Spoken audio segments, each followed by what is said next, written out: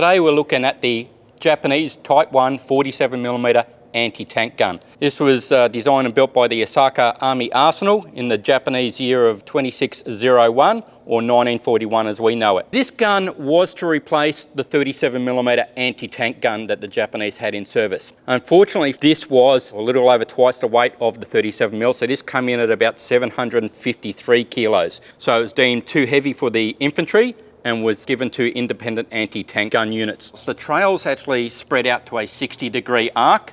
They've got a flat spade, and we've also got a provision where we can put a blade down through which will stabilise the gun during firing. Each of the wheels is independently sprung. Through these handles they can be independently locked and unlocked when it's in action through this mechanism here.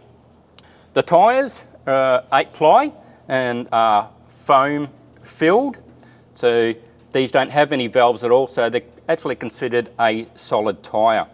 The gun itself can also go out to a 60-degree arc. So we have the traversing mechanism. We're missing the handle here at the moment, but there's a compressed spring here, so that will contract and extend and allows the gun to turn because it's pivoted on this point here.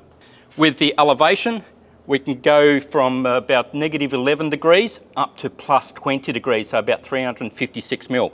So it has quite a good range of elevation. We can fire it two ways, by a lanyard on the rear of the breech, or we have a firing plunger here, so the gunner can actually press that plunger and it will fire the gun. Because it is quite low to the ground, the crew would either be in the kneeling position, or in some cases when they lower the wheels right down, they can be in the prone position to fire this gun. So this is a hydro spring recoil system.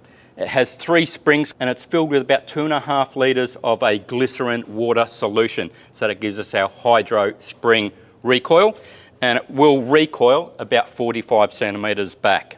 So this gun, when it went into development, you could characterise it as being very similar to the M1937, so the Soviet 45mm anti-tank gun, or the 37mm PAK-36, because it has a sliding breech, and when the round is loaded, the breech will automatically close.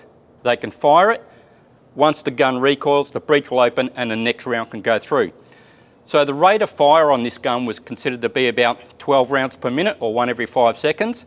But a good gun crew was known to be able to fire 15 rounds per minute, or 1 every 4 seconds. We fire 2 different types of ammunition for this gun. First one being the armour piercing high explosive, has a muzzle velocity of about 824 metres per second. This round is said to be able to penetrate 51 millimetres of armour at 0 degrees at about 1,000 yards, or 910 metres, and it can penetrate about 31 millimetres of armour at 30 degrees. So it can't quite penetrate the frontal armour of Sherman, but it could possibly penetrate the side armour, because I think side armour on Sherman's only about 38 millimetres. The other ammunition type, and we've got this out of the museum's collection, is the HE round. This has a slightly higher muzzle velocity, about 833 metres per second. So this is the only anti-tank gun to use the 45 by 285mm round with a rim. So obviously when the gun recoils, it grabs that rim and ejects the round. The yellow band on most ammunition will denote a high explosive round. For a small gun, it's quite a large crew, so we have the commander, we have gunner number 1, gunner number 2, 2 loaders, another crew of 6 which also act as ammunition carriers and close protection, as well as the driver, because this is a towed artillery piece. First gunner will sit on the left and he'll look through his telescopic sight. This is a ×4 magnification with a very narrow field of view of only about 7 degrees, and it'll look out through the shield. On the right hand side we have the second gunner. His job is to wind the range. This is the range drum, which this should actually sit in here.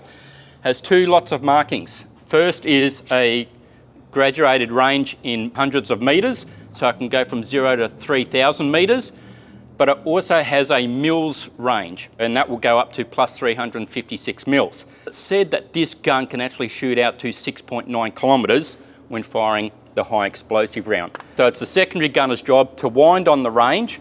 It's the gunner's job to make sure that that sight stays on his target, especially if it's moving, and to fire the gun. As I said, there's about 2,300 made, so this is quite early. This is number 135. So So this would have been built sort of in that 1941 mark, because they built them from 1941 till about 1945. The shield itself is only about 4 millimeters thick, so it doesn't offer a lot of protection for the crew, because if you look at your, say your standard 30-06, your 30 caliber round, or your 303, they can penetrate this shield anywhere sort of plus of 300 meters. So it doesn't really give you good protection, but again, if you make the shield thicker, you're just going to keep adding weight to this gun. So when we received this, the gun was actually off the trail and the barrel was in 3 pieces. So we can see the black spray paint here. So Glenn over in the workshop has pretty much seamlessly put this barrel back together in its current form. So this is the latest exhibit within the museum, so it only arrived last week. Anything else that's caught your eye, let us know in the comments and we'll endeavour to make a video about it. Or you can visit us at the Australian Armour and Artillery Museum to see this piece and along with 235 other exhibits.